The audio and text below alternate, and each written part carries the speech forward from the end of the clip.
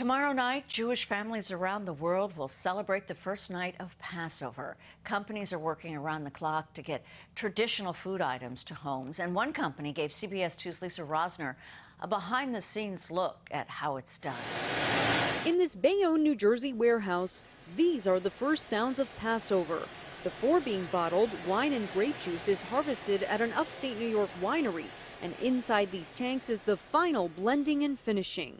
It reintroduces the gas into solution, and voila, you end up having a sparkling wine made right here. There are traditionally 4 cups of wine at the Seder table, representing the redemption of the Jews from slavery in Egypt. Right in this spot alone, we have wines from Spain and Israel and Chile. 8th-generation company owner Nathan Herzog says some of his overhead costs increased 30%, but consumers are only paying a few cents more this year for Kedem, one of the company's most popular brands. They worked overtime, everyone, just making sure the glass is coming in, the plastic's coming in, grapes, harvest, because we feel it a responsibility to the community.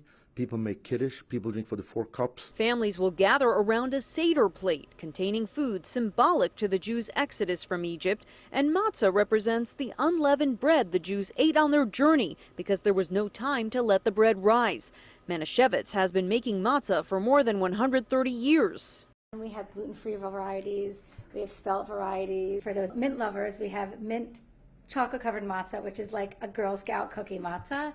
The company is now owned by Keiko, which this Passover is also debuting almond butter chocolate, Calabrian chili peppers, Korean barbecue roasted seaweed, and from soup to nuts, there are more than 100 food brands in this Bayonne, New Jersey warehouse ready to be distributed. Something that comes in today could land in a store tomorrow. And this year, another holiday staple, kosher meat, can land on your doorstep. The genesis of this project for me was living in Brussels, where we had very little kosher meat. Wall Street veteran Elliot Moskowitz started Prairie Street Prime, personally sourcing prime meat, which the USDA considers the highest grade. From the process of slaughter to packaging and processing, we're highly supervised with the rabbis. We have cameras. Our freezers are 20 below zero. We process and flash freeze the next day. Over the last 4 months, we've been building significant inventory. He says the big sellers are the lamb and the brisket.